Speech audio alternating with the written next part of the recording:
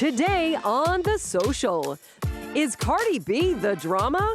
The hip-hop star is pregnant and plans to embark on an arena tour right after giving birth. We dig into the pressures of bouncing back. And a mom is struggling to soothe her daughter's insecurities. What's the best way to help teens with their self-esteem? Then we sit down with the winners of the Amazing Race Canada to relive the adventures, the surprises, and what it took to take home the prize.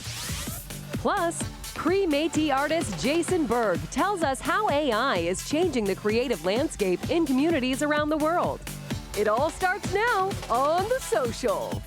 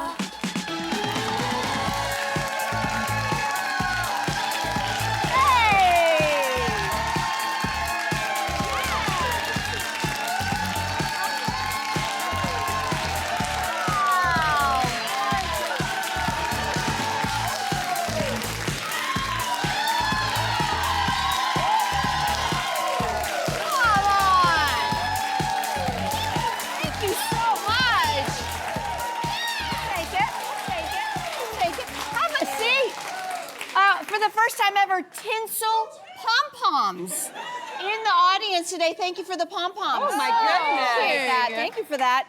We'd like to welcome all of you to the show today. We also like to welcome back actor and comedian Lauren Ash. All right, everybody, let's start off with Cardi B. Why not? Why not? Well, Cardi B confirming to Gayle King on CBS Mornings that she is expecting her fourth child. Yes, this one is with her boyfriend, Patriots wide receiver Stephon Diggs. And she's expecting this baby right before she kicks off her Little Miss Drama tour. Take a look. Is baby coming this year or next? It's coming before my tour. Before your tour? When's your tour? In February. Whoa, Cardi. Yeah. You're gonna go on tour in February? Yeah. You ready? I'm very ready. As soon as I give birth, tour rehearsal starts. Yeah. Oh my God. Oh my God. I don't come from weak women. Okay, she says she doesn't come from weak women, if you didn't catch that. So she's going from the delivery room seemingly straight to the stage. So is this message empowering, or perhaps is this a little problematic at all? Yeah, What do you think? I know. I have to say, I find her intensely charming, and Yes. I think that she probably will be able to do this. So I don't find her problematic, but I do find this message a little bit problematic. Maybe problematic isn't entirely the right word. It's maybe a little bit too optimistic. As she mentioned, she is starting her tour supposedly in February. When I first heard that clip, I thought, oh, well, maybe she's due like sometime in the next couple of months. She's due February, okay? She's due February. So I don't know if she's considering maybe the possibility that the birth is a part of this performance. maybe. But if it's not and she like has a scheduled C-section, even still, I think I personally couldn't have even imagined this. Physically, I was hardly able to stand up after giving birth, let alone perform in front of a tour. And I think what people also don't talk about enough is the separation anxiety that occurs. So that's the other bit. I'm sure the babies will be with her, but at the same time, I think I just couldn't have done it. I could not have done it. No, I hear what you're saying, because I don't know if everybody can go way back. We're season 13 of the show. You had just had Jaya when we launched The Social. Week 2 of The Social, season 1, I surprised all of the co-hosts with my pregnancy news live on the air. Yes. And then I was only gone for 11 weeks because the show had just started and we loved the show, and then we came back. And so I actually find this message really empowering, because I don't see myself in Cardi B a lot, but in this I do. In this part, I do, because her ambition, her positivity, the fact is, this is her fourth child. So I trust that she knows her body better than any of us. And by baby number 4, I think she knows what to expect postpartum. But you never know if things can go sideways, absolutely right? But I mean, assume the best. She's planning for the best, right? But are you going to buy tickets to this concert? No, I was. I don't know. I might not have gone, and I might go now. And I might go now. So all I want to say is I trust her to know her body, and to me, feminism means we have choices. She has the choice to do whatever she wants. And that's what's so wonderful. Yeah. But you've toured. What is that like? I'm sure it's like really hard to tour. Yeah, you know, I think that musicians often make it look effortless, especially pop performers and, you know, people that would be doing that Cardi's kind of music. And let me say, like, you know, I'm going on tour actually in October, November. Spoiler alert. Yes, thank you so much. And you train by like jogging and singing at the same time, because when you're moving around, you're you know, engaging muscles that make it, you know, using your diaphragm to sing kind of difficult. Yeah. So it really is kind of a skill and a muscle that you have to hone. And so listen, I've never given birth. I've never had a child. I've heard that it kind of can do some stuff to your core. Yeah. So, Cardi did say in that interview that she's been stretching. Me too. I have not been a mother, but I feel like you got to do more than stretch to get ready for a tour. But don't take it from me. I don't know. Yeah. But you know what? You know what was interesting? When I watched this interview, I actually watched it live this morning, and I was quite surprised by it. But what struck me was, you know, there's a sentiment that no one talks about when a woman is divorced with children and back out there in the dating scene, that she's kind of got too much baggage and her time is gone. And I'm sure her ex has probably said some very colorful things to her. So when I was watching this interview and the way she felt so empowered, to me it felt like she was talking not only to her fans to let them know, because they were speculating, but also to the haters who were like, oh, you thought I was done? You thought after this marriage and this, you know, this divorce that I was done? I'm back. My man is hotter. He's richer. And we're having a baby. That's what I was thinking. And then I remembered, listen, Cardi is strong. She's a strong woman. Do you remember the first time she got pregnant? It was back in 2018. There was a lot of speculation, and she announced it during her performance on Saturday Night Live. Do you guys remember? Now, at the time, she was engaged to Offset. This was a big announcement. And then the day before that, she had announced the drop of her debut album. So this is a young woman. That was baby number 1. So now she has 3 babies. And I feel like if she could do that with baby number 1, this is old hat for her. She'd be like, I'm gonna push it out, be on tour, I'm gonna be okay. I'll just say before we move on, all I know is like she is a strong woman, unquestionably, but she would also still be a strong woman if she decided to say, I can't do this, I made a mistake. She's still a strong woman. But let's not forget, there's also contracts that have been signed with the record label and the tour that she cannot get out that of. message, she wouldn't be considered weak if she made a different choice. You know what I mean? That's all. But she might get sued. Okay, so here's a question. Do you ever think about which celebrity has true staying power and will be remembered forever? So director Cameron Crowe told the New York Times that Clint Eastwood predicted that Tom Cruise will be a legend in 100 years. Tom Cruise. So Lauren, do you agree with this take? I just feel like in 100 years, like, what about now? I feel like I feel like Tom Cruise is like one of the last big movie stars, you know? Before we started getting into streamers and movie stars started going back to television. I mean, Tom Cruise, I mean, he was in Rain Man. He was in Top Gun. He was in Days of Thunder. I just feel like he's got such a resume, and I understand that he's moved into the action movie space over the last 10-ish years, but he loves it. I mean, he's made it very clear that he wants to do stunts even at his own peril. So to me, it's like, I don't think the action movies negate his extremely impressive resume that came before then. I mean, I think he's one of the big actors of our time. Yes, yeah, you know what?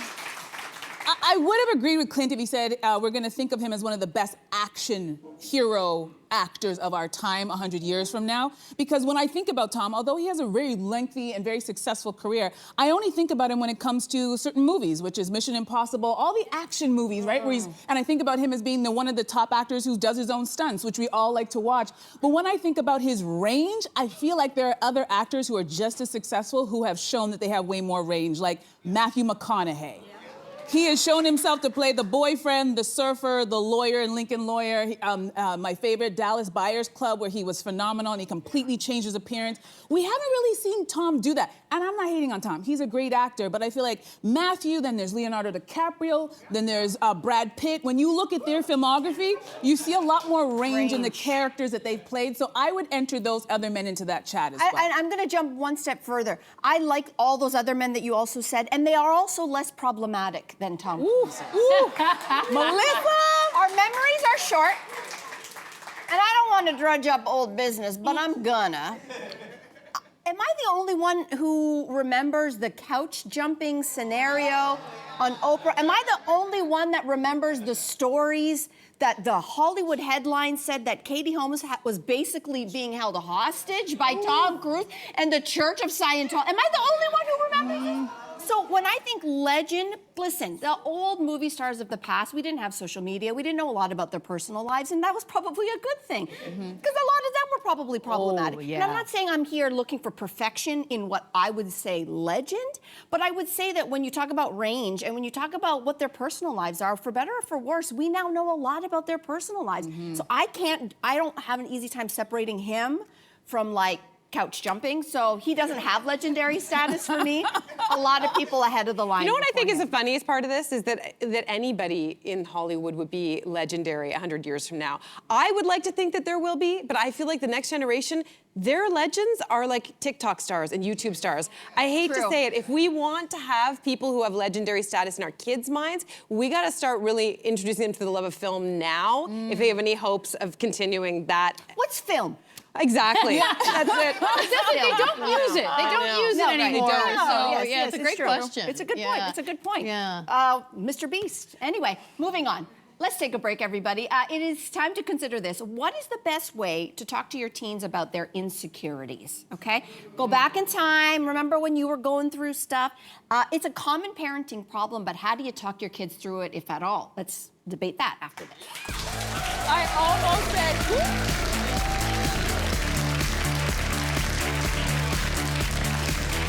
Tomorrow on The Social, singer-songwriter Julie Black is back with her take on the stories of the day. This week on The Social, fall beauty is here and bolder than ever. Your cheat sheet to all the latest trends. No pumpkin spice required.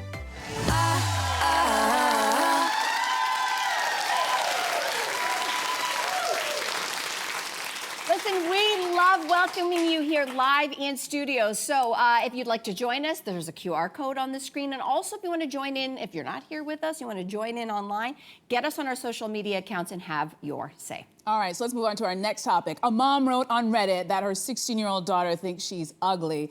And other than making a point of giving her compliments, she doesn't know how to help her. So Lauren, what is the best way to deal with a child who's feeling really insecure about their appearance? You know, I think back to when I was in high school and I thought I was so fat and I was so tiny. And I think the one thing that I wish I could have imparted that I feel like I've experienced more as I've become more fabulous with age is that...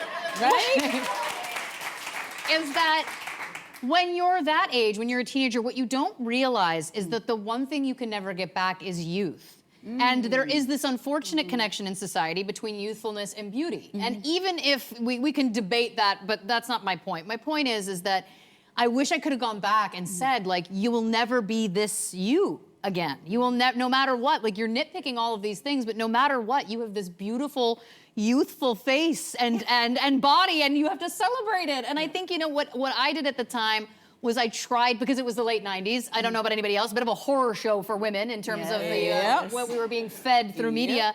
But I really focused on just the women that were doing amazing things, that was not tied to what they looked like. You know, like Courtney Love was my idol. And listen, there's lots of things about Courtney Love, but she was not a traditional beauty, but she was a rock star who was like singing and performing and being, you know, ugly in some ways, but in owning it. And that to me was the thing I focused on, trying to think about ways that I can be the kind of woman I want to be that doesn't involve what I look like. I love that. Great point. So good. You have a daughter. Like this, I'm just curious. We're just entering this phase right now. And I think the first thing I would say is that this is very, very normal, right? I think this is developmentally, what is adolescence? It's that when you start to feel and you get into those awkward stages, there's a lot of things, you know, every kid and every parent's gonna do their own thing, but I would say there's certain things what not to do. And I think don't ignore it. If you hear that your child says, you know, Mom, I'm ugly, don't ignore it. I would also say do not placate them with stupid cliches.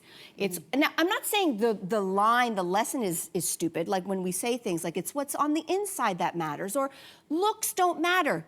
Guess what? To them, it does. And guess what? In most parts of our society, looks do matter. Yeah. And so I say don't placate them with niceties, because I think what you're actually doing is dismissing something bigger that's going on, which is we all feel like we're not good enough. We all feel like we don't belong. Like, what's the feeling under the emotion?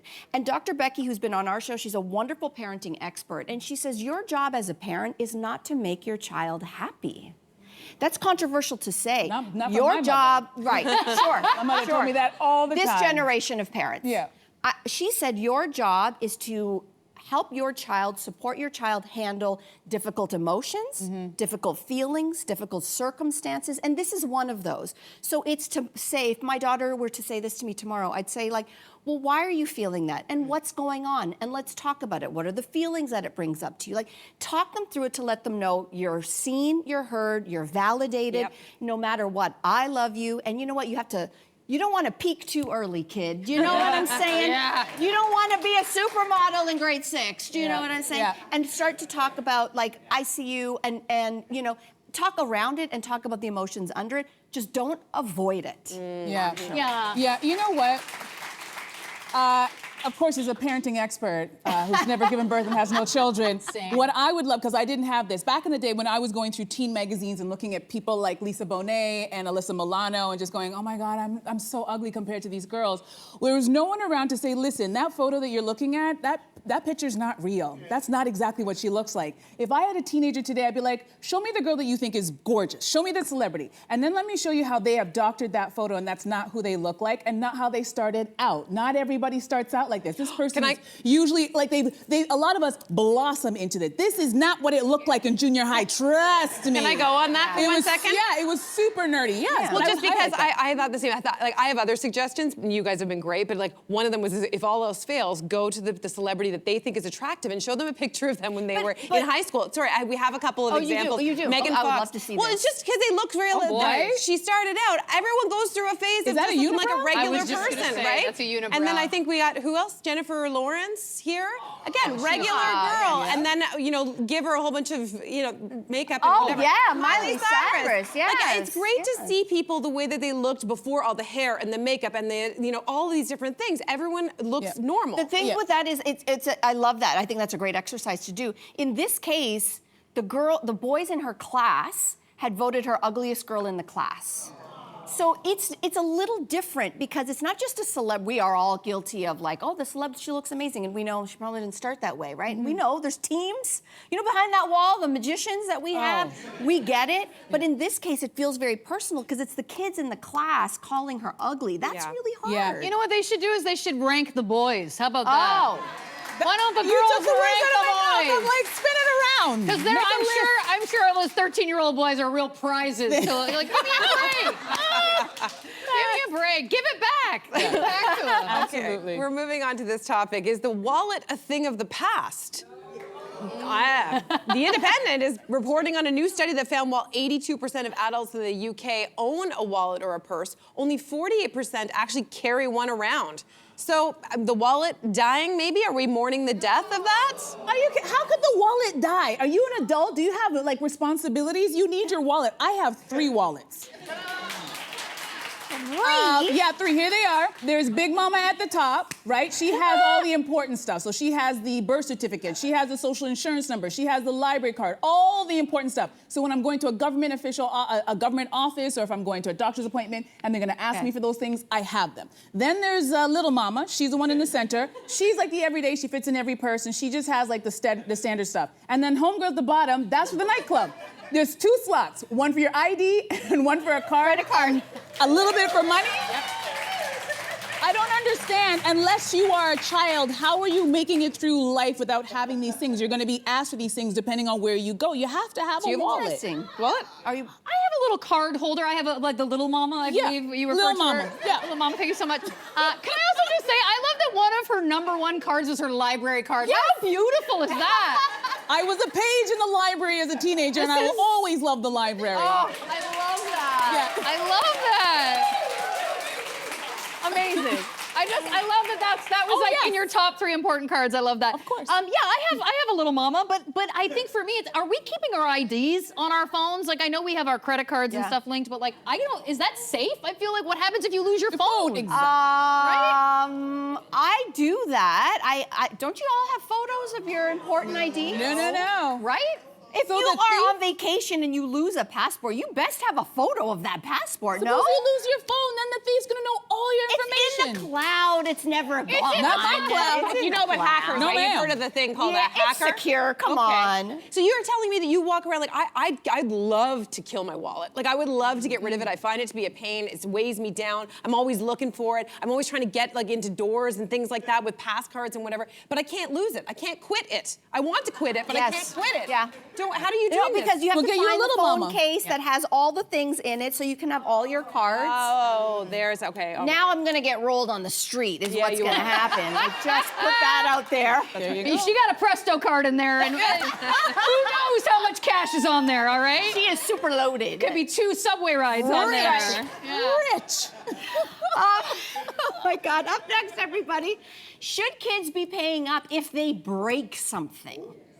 Okay?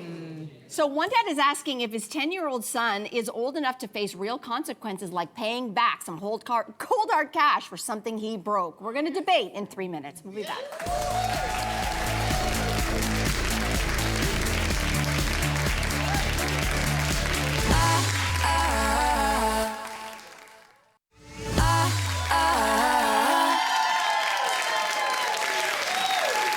All right. Here is a dilemma. So a dad wrote to Slate for advice saying that he thinks his 10-year-old son is old enough to pay for breaking their neighbor's expensive sun catcher. So he and his wife gave the neighbor $200 to replace the broken one. And his wife says it was just an accident. It happens with kids sometimes. But dad says since their son gets $20 in allowance every single week, he should pay back mom and dad. Is that a fair consequence, Lauren? Yes. Yes, I don't know. How is this even a conversation? I don't know what to say. This is this gentle parenting you people love to do so much. Run amok. Run amok. No, here, let me put it this way. Has anyone ever been in a car accident where you're not at fault, but your car gets totaled? Let's see, right? Okay. Do you get the full value of that car back? No. To me, there are times in life where accidents do happen that may not be your fault, but that doesn't mean that you're gonna be like held accountable. Like, you know what I'm saying? All I'm thinking is, I'm not saying this child needs to be punished or taught a lesson, but I do think this is an opportunity for a life lesson of, unfortunately in life, this is what happens. You know, if you want to split it with the kid, maybe you do a 50-50. You know what I mean? You have to I clean think them that out. seems more But I feel like there should be some sort of $200 sun catcher. Like, I'm just stopping with that. Who puts a $200 sun catcher? You have a problem with the sun catcher. I do have a problem What are with you the trying to say sun about the catcher. value of a sun catcher? I don't know. I have questions about the value of that sun catcher. I hope Right? What do you get these neighbors? Oh, well, just a convenient thing of being like, oh, sorry, we broke your sun catcher. How much is it worth? It was $200. Meanwhile, they bought it for like $30 on Amazon. Anyways, I don't think this is fair punishment, sorry to say. I think that, like, for example, this morning, I did miss my physio appointment. What was the consequences of that? No consequences. And why? Because I'd never done it before in my life. Next time, if I did it again, I would get charged for that appointment. To me, if this is the first time infraction of this kid, you do not charge and they learn the lesson anyway. To me, I do have more questions. Weak applause, guys. It's, Did you see what you just did? I love that. I love that. To me, I do have more questions to the point of, is this the first time? Was he warned by his parents over and over and over again? Stop kicking the ball. You're going to break something. Stop kicking the ball. I think if he had been warned many times, listen, if you break something or you know that you could break something, that's a different story. There should be clear rules and there should also be clear consequences. Absolutely. That's good parenting, in my opinion.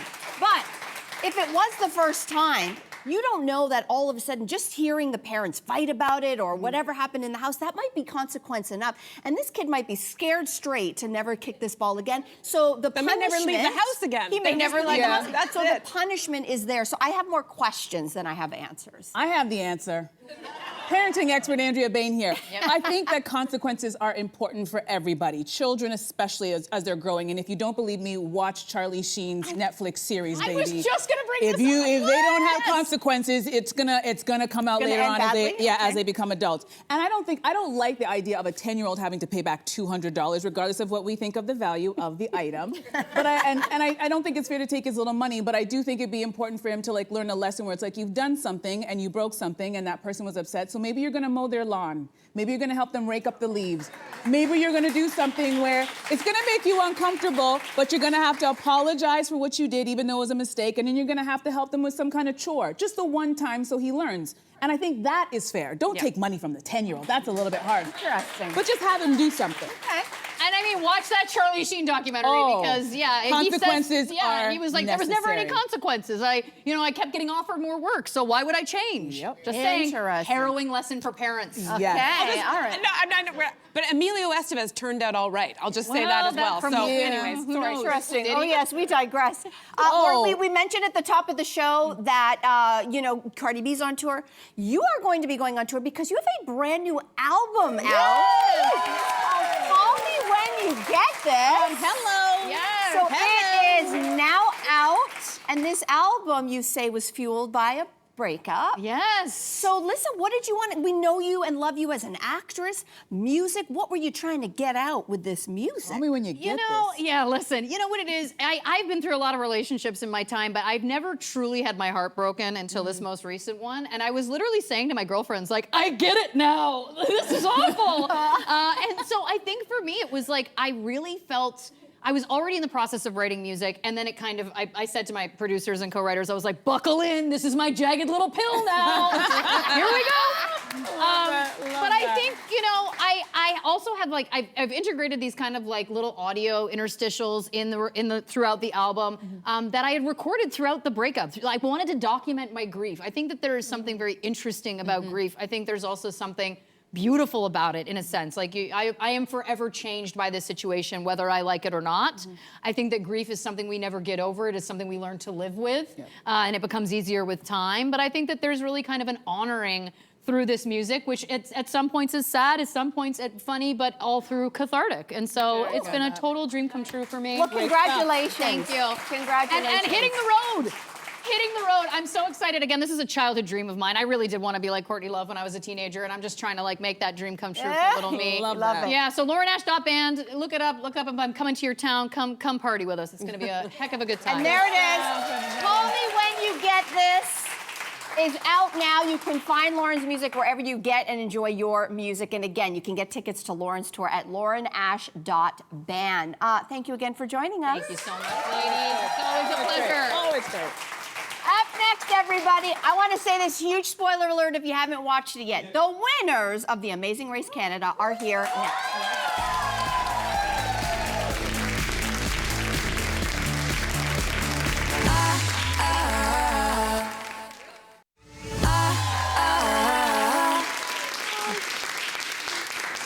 All right, everybody, this is your spoiler alert. The Amazing Race Canada wrapped up its 11th season last night, and it was emotional. Take a look. Oh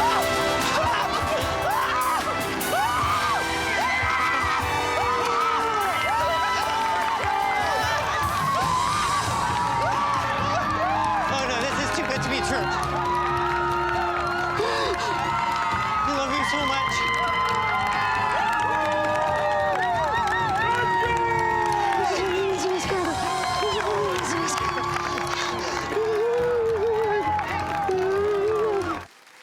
And today we are celebrating the winners. Please welcome to the social Jesse Herink and Jonathan Braun.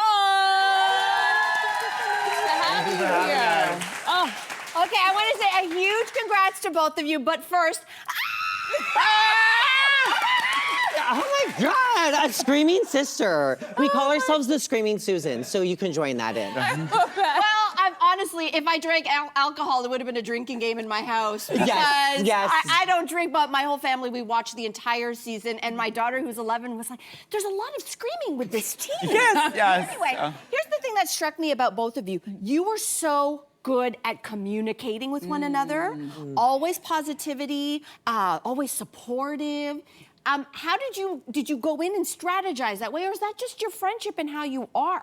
I think like on our first detour in Edmonton, we chose having to do the pottery instead of the fencing. And when we got to the roller coaster route info, it was like, oh, maybe we should have gone with the fencing. That seemed like the faster option. But actually, like, we reflected on it, and we were so happy we did the pottery because it really forced us early on the race to have a strong communication to get through that challenge. He was blindfolded. I had to guide him in how to build a bowl.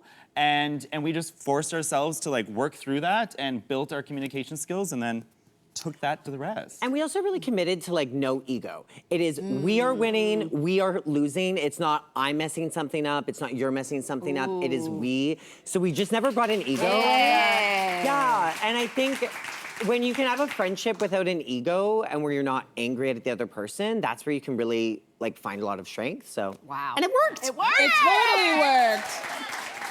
It totally worked. Like these outfits, I'm sorry, I know you guys won, but you look like rock stars that just got off stage. Like, I just have to say it. I'm like, what? You were running across Canada? Anyways, okay, listen. I had to save this outfit for today because if I wore it before, it really showed winner. Oh, okay. You gotta win in order to wear that outfit. I love that. All right, so in last night's episode, you faced the franchise's first double roadblock, right? And you had to do things individually. One was physical, one was mental. How you decide who's gonna do what? No thought. Yeah, and actually, like, if we had thought about it, we would have switched because, like, I'm scared of enclosed spaces. He's scared of heights, and it was who's gonna go up and who's gonna go down. I chose to go down, he chose to go up, which is like, does not make any sense, but like, it obviously worked out. Yeah. But yeah, no strategy in that, and I'm glad we didn't apply strategy in that. Good. Yes. So. Yes. Don't need to overthink it. Just vibes. Just vibes. So listen, this show's been going on for so long, and oftentimes there is a dominant team. Some seasons there isn't. It was hands down your season. You won what, 5 out of the 10 legs of the race, something like that. It's crazy, right? Which obviously puts a target on your back. Lovely guys. A lot of people are like, but we got to take Jesse and Jonathan down because you were so dominant in all of this. What's my question in all this? Did you? I just want to talk about the show. So how did you navigate that part when you realized there's a target on our back? So U-turns, all that stuff. I mean, I think with the first U-turn, like we knew we were getting that U-turn vote. And I think coming into the show, we were like, okay, we're gonna use social strategy and stuff, and we're gonna avoid getting U-turned. And when we had won those first two legs, we're like, well, we're getting the U-turn. Yeah. So we had to switch our strategy. Instead of like, let's avoid the U-turn, it was like, let's find a way through this U-turn, and that was talking to Louis and Marie and getting the express pass. And Marie, you can tell, is a gamer. We were able to tell her why this was a good deal to give us the express pass. And so that's how we got through that, is using that type of social strategy. But yeah, we weren't avoiding those votes or those passes. No, we just accepted them. And honestly, we did better when we were U-turned, because then we had a drive. So thank you for U-turning us. It was really fun. Yeah. Okay, I want to know, there were so many challenges this season, physical, mental. What was the hardest leg or challenge? The hardest challenge, I think, would those granny squares in Newfoundland. Oh my gosh, the I granny love Come From Away. squares. I ride hard for Come From Away. It's one of my favorite musicals. But my God, if I never see a granny square again, I will live a better life. That was traumatic. That was hard, traumatic, yeah. Okay. Yeah. All right, so Jesse, I hear that you may have gotten a tattoo to commemorate the experience of being on the Amazing Race. I Is did, that I true? did. Can we see, is it in a place that we can It's see? hidden on my leg. Okay. So I don't know if I can drop my pants on TV right now. Oh, there it is. There it is. I There would've it been is. fine. Thank you so much. That is so cute. But it is the preview photo from when they announced the cast, or like previewed the cast. And just when I saw it, I was like, I wanted to capture this moment. Because for me, the race was about being dependent on another person and being reliant on that. And that's the strength of the race. And for me, that's what that tattoo is. And I had to admit that his calves are bigger than me permanently, which is really hard. Really hard. I love this. hard. All right, so you guys won. You're fabulous. You're on our couch. What are you gonna do with the money? Wait, sorry, how much did you win again? $250,000. Well, we technically, so, that was the grand prize, but we also won an extra $50,000 from the other 4 legs, so technically $300,000 in total, which is insane. Yeah. Insane. I just would love to see it in my bank account. Just want to like stare at it for a bit and be like, wow, that's nice. What are you spending? I mean, I'm taking my parents on a trip, so I want to thank my parents for everything. And I've always wanted to like create a children's book, so I'm gonna hire an illustrator with some of the money to I wrote the children's book, so I'm hiring an illustrator to do the drawings. Oh, that's lovely. That's lovely. Well, enjoy your money, the trips you're going to be taking, the cars, and and just being fabulous. Thank you for an amazing season. Thank you. Thank you. Truly, thank you. All right, let's take a quick break. Up next, the person that Vogue is calling the Indigenous artist you need to know. Jason Baerg joins us next. We'll be back. Right?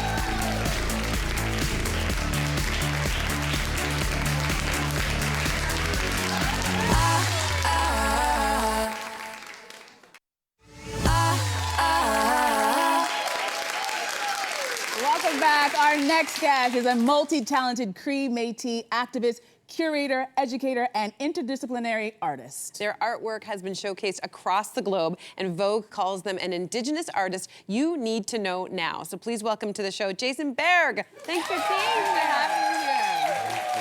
So Jason, we're so delighted to have you, and you're just off a very big weekend at Indigenous New York Fashion Week. Your work was featured there, and your work really blurs the line between art and fashion so beautifully. So talk about this collection that we're looking at right now and what you presented there. It was such an honor. So you're looking at pieces that honor the North, the color white, and our ancestral knowledges. So yeah, we kind of used many materials to tell that story. We used leather, we used fur, we used silk, we used some chiffons, just to give that buoyancy of the air in the work. So it was really great to be there. Lovely, and your pieces are absolutely beautiful. And this was the inaugural, this was the inaugural Indigenous New York Fashion Week. So what was it like to present your work alongside other Indigenous artists? It was really profound and very powerful. I used to live in New York City. I lived in the Lower East Side. I lived 3 blocks away from where we presented, so it was a full circle moment. And it was such an honor to actually be with all those profound, talented people. You know, I have to acknowledge Relative Arts. You know, they just reached into their Rolodex and they pulled forth Indigenous talent in hair and makeup, the models. Everything was just super profound, and it was just great to be there. That's lovely. Yeah. Very cool. Thank you. Yeah. Well, let's go back to the beginning a little bit because your journey, you grew up in Saskatchewan. I sure did. And so how did you find your way into the arts? Yeah, shout out to Prince Albert. Shout out to PA. Yeah. I grew up on the West Flat, and yeah, I'm two-spirited, so like, TV saved my life. And I really think about like amazing programs like fashion television, Much Music. Jeannie Becker really introduced me to the greats, so I have a lot to be thankful for. So yeah. Cool. I want to talk about color in your fashion collections. Yeah. I've heard you speak about reclaiming the colors orange and red in your pieces. So what does that look like and why? So when we think about September 30th, we're approaching Truth and Reconciliation Day here in Canada. But I don't want to just hold orange to our traumas. I really want to celebrate those medicines, and I try to really reach into my creative abilities to celebrate our ancestors, our present moment, and reach towards the future in the good way. Oh, I love that. Thank you. You are a multimedia artist, and you currently have an AI project on display, and it is called Feed the Fires. So tell us about this, and also how is AI incorporated into this? So I am thankful to the Canada Council for the Arts, as well as Shirk Funding. It financed bringing a great crew to Japan, where we were hosted by the Ainu, the Indigenous people of Japan. So Indigenous peoples from the 5 directions gathered, and we shared story and ceremony around the knowledges of fire. And that really informed this work. So when you go to Interaccess, it's right here in Toronto, you get to sit around a fire and you tell a story. And as you're telling the story, artificial intelligence will project immersively your story as you're telling it. So yeah, Incredible. You've got stories from your homeland. You can visit, and you can not only visit each other, but also your homelands in real time. That is incredible. Through artificial intelligence. Right? Yeah. So I'm curious, as an artist, how do you feel about the role that technology as it's growing in creative spaces? How do you feel about that? Well, I think AI has its problematics, but I mean, that's where we creatively can really think through what are solutions. How can we use this technology to benefit us? So for example, if we were to ask the question, could we use artificial intelligence to activate environmental reparation? Well, that was really the intention in our project. So, yeah. Oh, so Jason, you're currently an associate professor at OCAD University here in Toronto. Yes. So talk about how the role of artist and educator converge for you. Yeah, I am so thankful to be a tenured professor at OCAD University. It's a privilege, and I acknowledge that, you know? But I think about our best teachers. I think our best teachers really are those people who lead by example, you know? And if I am championing my students and I'm telling them to reach for their dreams, I gotta do that too. Yeah. So I look back and I think about some of the most profound teachers that influenced me. And it was really those people that were active out there in the fields. So in discovering their work, I have a greater respect for them. And when they give me feedback, I'm listening and I'm ready to act. Great teacher. So, yeah. Leading by example, true. You've got to. You know, I want to stay with education Yeah. for a second because you had mentioned, we know at the end of the month, the Day for Truth and Reconciliation is coming here. Yes. It's going to be recognized across the country. So you are an educator yourself. So what do you hope that this day looks like in our educational institutions? Well, we're taking the day off at OCAD. Okay. You know, I think it's a time to really reflect on reconciliation, reparations too. You know, I think there's so much that we have to learn from our Indigenous peoples, and we don't always have to look to the past as well. I think it's really important to engage those relationships. So yeah. Honoring that, honoring those relationships, honoring continuum, and celebrating the future through that. Jason, thank you so much for chatting with us today and sharing your work. Thank you so much. Thank you. It's been So, great. Jason's exhibition, Feed the Fires, is on now through October 11th at Interaccess. So be sure to check that out. And don't go anywhere because we'll be right back.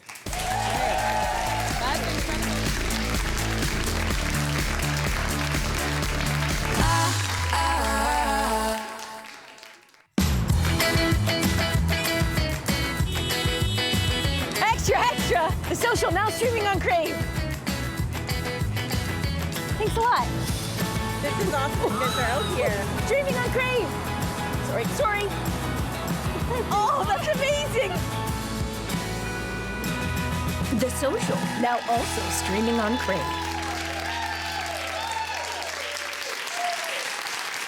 On tomorrow's show, how to host a prairie-style harvest dinner. Food writer Dan Clapson returns with some of his favorite recipes. Have you ever done anything like that? Like a big sort of group harvest dinner before? I mean, Thanksgiving, does that count? Oh, yeah. That's a good point. Every Sunday growing up was a harvest dinner. It was a harvest dinner. Always, every Sunday. We're going to bring the prairies into it tomorrow's show.